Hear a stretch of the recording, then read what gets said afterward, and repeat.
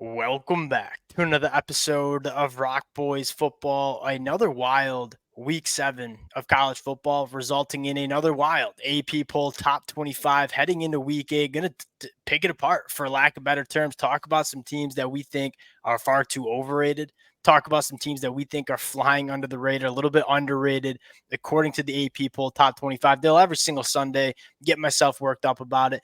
That's the beauty of college football. Now, before we even get into it, I would encourage y'all to just let it fly in the comment section. Go back to last week. I took a ton of heat. I wouldn't say my Big 12 slander, but it was question marks about some of these Big 12 teams that we see in the top 25. The Big 12 fans let me hear it. I appreciate it. Like that. That's the beauty of doing it. So let it fly in the comment section, whether you agree with the boys, whether you disagree. If y'all do enjoy the content, consider subscribing to the channel. And Dill, I'll give you the T-box here. Let's take a look at the teams that we think are underrated according to the AP poll top 25 heading into week 8. And I got to start with Texas A&M. I look at them at 14. I think they are awfully low. I look at that defense. I think it is well into that top 10, maybe even bordering on a top 5, top 6 kind of defense. And I look, if Wigman plays the way he played against Missouri, this team's a real problem for people, especially with the way their offensive line is really starting to gel. And obviously, Notre Dame was a handful for them in that first game. I think that certainly hurt the way Wigman played. But I don't think that Mizzou team's that bad. And the AP poll kind of still agreeing with me, even though they're not playing particularly great football. I think A&M with that defense, with the offensive line coming together, and if Wigman plays at a high level, they're a really, really dangerous team sitting at 14. The big story for me is what Connor Wigman looked like. You know, we had a massive question mark about the offensive line. That seems to have really figured itself out. And we kind of said going into 2024, if this Texas A&M offensive line comes together and we see the Connor Wigman that we kind of know what he's capable of, this Texas A&M team is going to be a handful. That's what we saw against Missouri. And I can totally see why they're underrated, but you want to see it a couple more weeks. The version of Texas A&M that we saw at home against Missouri going into their bye week this week, that's a top 10 football team, at least in my opinion. They're going to be a top 10 team in my rankings when they come out Monday.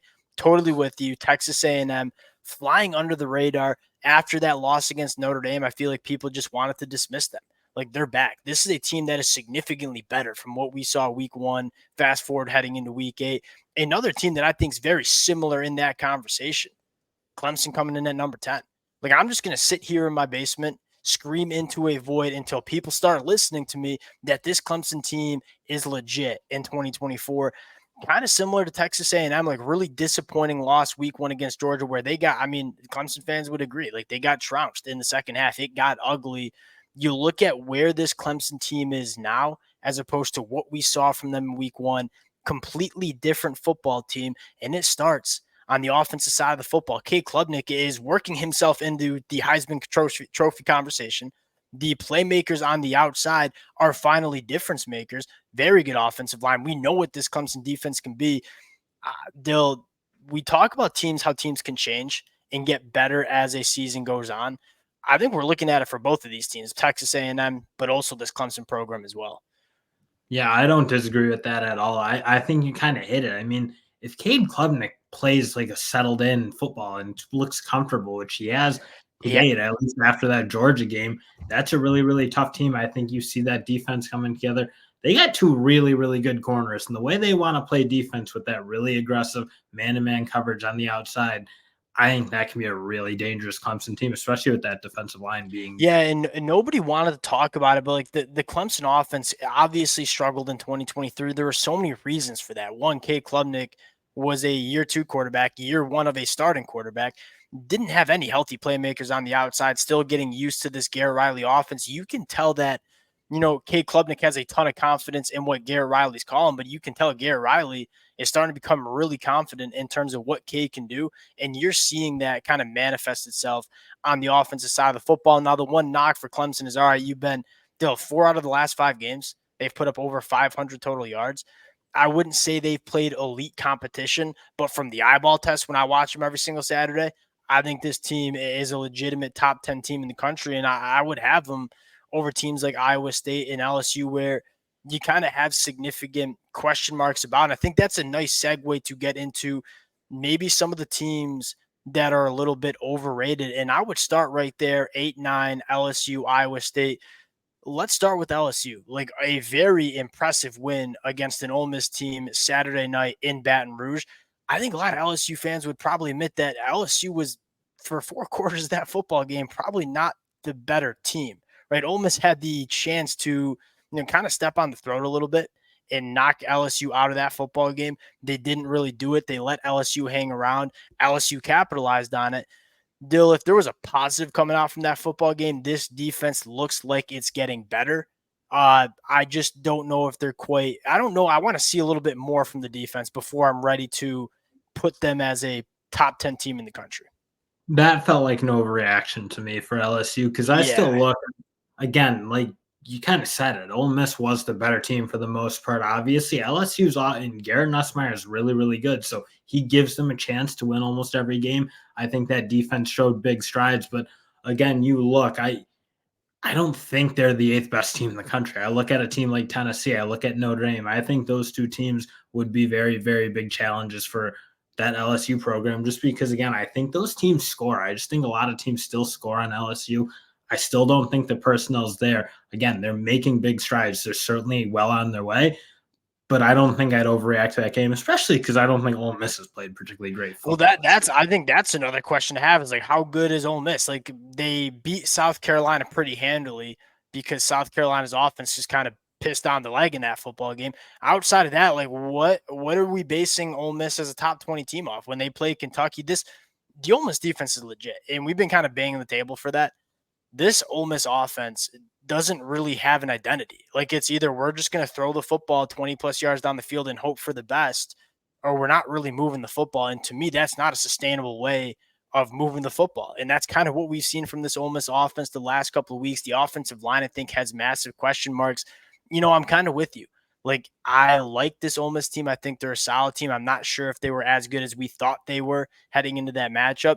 And as a result, you might see a little bit of an overreaction to the LSU defense. And at the end of the day, Dill, you still have question marks about this LSU defense. Like I'm not necessarily ready to anoint that like that's back because you won that game against Ole Miss.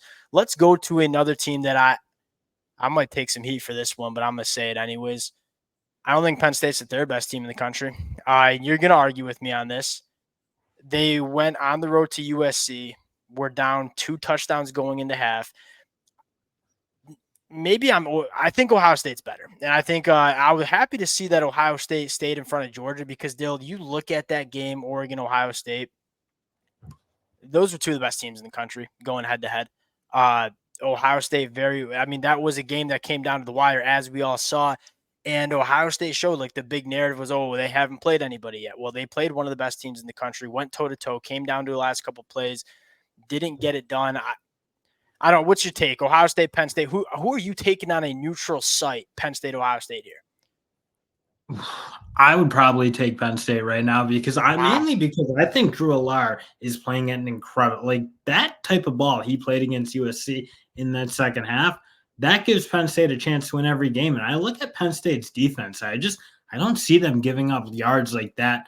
What frankly Ohio State gave up to Oregon. I mean, I get Oregon's a really, really good offense, but Ohio State really didn't challenge Oregon for a good chunk of that game. And the fact that they couldn't put a lid on that Oregon passing attack and Oregon could get over the top of them relatively consistently, I think was really, really disappointing to see because I think a big part of your belief in what Ohio State and why their defense was going to be so good is because you had two elite guys on the boundary. It certainly didn't look like that. And I know Evan Stewart's a really good player. I know Tess Johnson's a good player, but you can't get cooked like that in that football game. And I just don't think Penn State does that. I think their defensive line is a much better pass rushing unit than Ohio State. I just think Ooh. I no, you Yeah. don't think so? I think Penn State. I think that was an interesting battle. Like I was surprised that Ohio State didn't win as many reps rushing the passer as we kind of They didn't expected. win Again, like yeah, they really didn't. You're right, Jack Sawyer, JTT. There wasn't a ton of noise from that Ohio State pass rush. I do think that's a good point, Dill. Another team that I'll point to and say underrated. I think the Miami Hurricanes at 6, undefeated. Cam Ward, I think in my mind is the best quarterback in the country right now.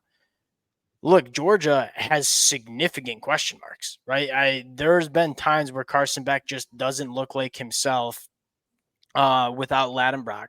The Georgia defense, as of right now, is nowhere near the dominant force that we're used to seeing this Georgia defense be. Yeah, Miami, I think there was a little bit of an overreaction to how close that game was with Miami and Cal. Like Miami dominated that football game. They just gave up a couple explosive plays. The fact that they have the best quarterback in the country, a solid offensive line that they've been working with without their starting left tackle since week one against Florida, in a pass rush that I think is extremely legit, they'll give me Miami at least above Georgia. Not sure if I'd put them over Ohio State, but I think I'd have them in the top 5 over the Georgia Bulldogs with all the question marks that we have. Like outside of Texas, still the SEC, like you got question marks about a ton of these teams at the top of this conference. And that's like when I was like, I'm looking at Tennessee at 11 and almost want to say like they're way underrated. But then I think like, well, they have not looked good the past 2 weeks. And then I look at Alabama, like, are they maybe slightly overrated? I don't know. I'm in a little bit of a quandary because those two teams, I get having one bad week, but there are now glaring issues that are essentially very close cost them games against teams they have no business losing. I mean, South Carolina and Florida, respectively, are not good football teams. Both probably put themselves in very good positions to beat those teams coming off of major upsets. So I don't love the fact that they couldn't rebound. Those two are the ones that are putting my mind in a bit of a pretzel. I frankly think you probably have good The argument to put above the Alabama right now. SEC, yeah, the SEC is like really hard to evaluate because you look at Georgia, Alabama, LSU, Tennessee, and say they all have the potential to be really good football teams, but you haven't really exactly seen it over the last couple of weeks. Now, the caveat to that SEC conversation, like people are going to say SEC bias. Texas goes on the road and spanks Michigan, who's a top 25 team, probably shouldn't be, but is. Georgia, neutral site, beats Clemson pretty bad early. Again, those are early season results, and I think Clemson's a lot better of a team right now. But when you do see the SEC play out of conference, they do tend to win a lot of football games. So I almost want to say some of these SEC teams are overrated because the eyeball test is telling me that over the last couple of weeks. But then when you see them play out of the conference, you say, yeah, maybe the SEC is pretty fair to have some of these teams in the top 10 range.